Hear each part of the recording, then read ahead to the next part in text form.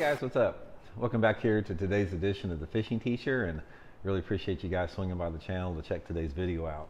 We're going to have a comprehensive little talk today on hook sizes, and going to give you guys some guidelines on basically how to select the correct hook size for either your treble hooks or your worm hooks or creature baits, because I think from what I've seen, a lot of hard baits that come with treble hooks, they don't have the right size of trebles on them, and the same with your Texas rig hooks and all that type of stuff. A lot of people use the wrong size hooks, so we're going to get into that in today's video.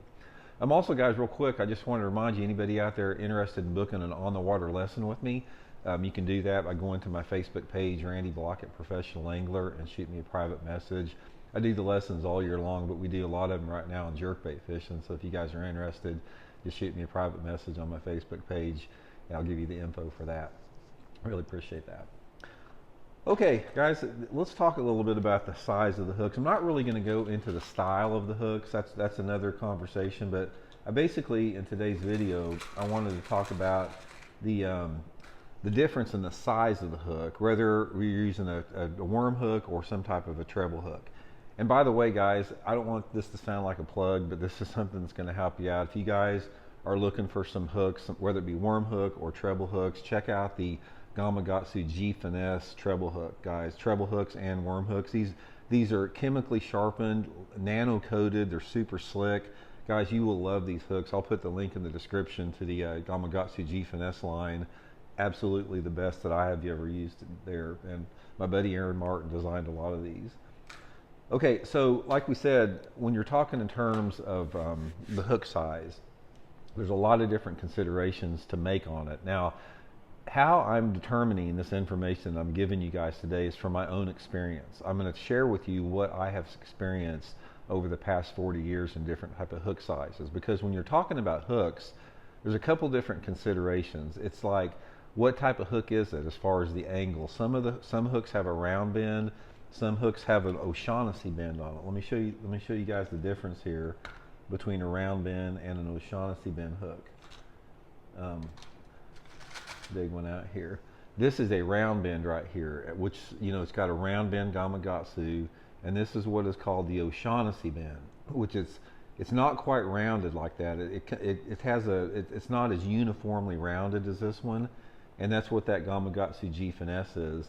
The O'Shaughnessy style treble hook, guys, hooks fish better. There's something about the way that bends there, so I always use that. Another consideration with your hook sizes is the diameter of the hook, because you want the smallest diameter hook that you can get by with, because the hooking ability of any type of a hook, whether it be a treble hook or straight shank hook, it all depends on penetration.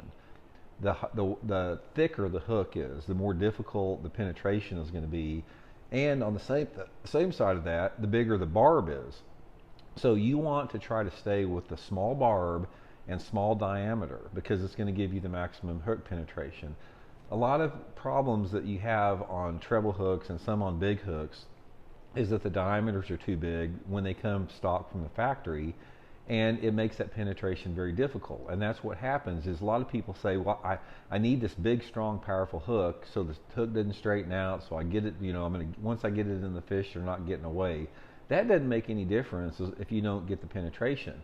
If you don't penetrate that hook point to the barb, when that fish jumps, most of the time it's going to throw your line or throw your plug. So you've got to get that barb penetrated into the fish's mouth, and that comes with a combination of a slick finish like those Gamakatsu nano coats, small diameter, and a small barb. So that's a big consideration to remember with that. In other words, stay away from the thick treble hooks or the thick worm hooks. It's going to cost you a lot of fish. The next consideration with that is there's a big myth in fishing, or there has been, that you want to try to use the biggest hook that you can get by with, whether it be a worm hook or a Texas rig hook or a treble hook, because you feel if you have a bigger hook, you're going to, you got a better chance of hooking that fish. Bigger hook, more success with that. That is completely not true. It's the opposite. You want to use the smallest hook that you can get by with on your hard baits and your Texas rigs and your pitching and flipping, because again, it's about penetration. Now I've told this story before on my other channel, but it's worth mentioning it. This is how I figured this out. I always, up until about 15 years ago, tried to use the biggest hook I could get by with that didn't hurt the action of the lure, because that's another downside about using too big of a hook, is because if you use too big of a hook like in a plastic worm, it draws attention to the hook and you reduce the number of strikes you get. And if you use too big of a treble hook, it does the same thing, plus it kills the action of the bait. So I always tried to use the biggest hook that I could get by with that didn't, that wasn't overbearing or overwhelming on the lure. And I consistently lost about 15 to 20% of the fish I had hooked on whatever lure category. It's crankbait, jerkbait, pitching and flipping, whatever. I'd lose 15 or 20%. So I was at a tournament down at Grand Lake. It's been, like I said, about 15 or 20 years ago. And in practice, I've got a junk hook box in practice, the rusted hooks and whatever, because I don't want to hook the fish in practice. I want to shake them off. So a lot of times in practice, I'll put like a little bitty junk hook that's rusted out in my creature bait or whatever, and I'll pitch and flip in there, and so I'm not concerned if I'm going to catch the fish or not. And I noticed at this one tournament I went to, in practice, I had this little bitty tiny hook in a brush hog. I was flipping and pitching the willows, and every time I got a bite, I'd try to shake it off like that, and it's like I hooked them every time. I could not. Finally, I had to cut the whole. I had to cut the whole barb, or excuse me, I had to cut the hook in half, and just put a toothpick through the eye, because I was hooking the fish even in this little bitty hook that was in this big brush hog.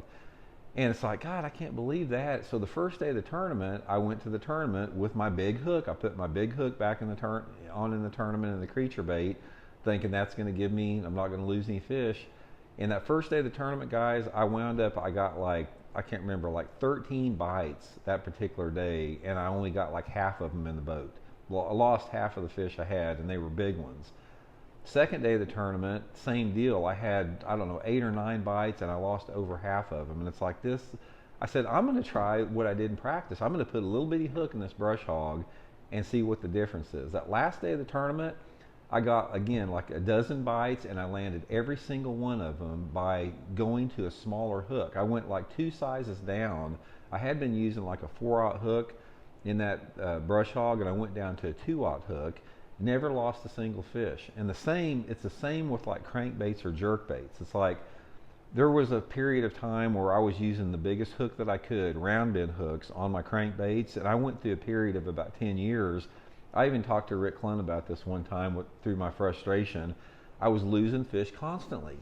And Rick made a point in that particular tournament about barb size, and I didn't think much about it, but as soon as I started downsizing my treble hook sizes on all of my hard baits, I started landing a lot more fish. So again, remember when you're picking hook size, guys, go small.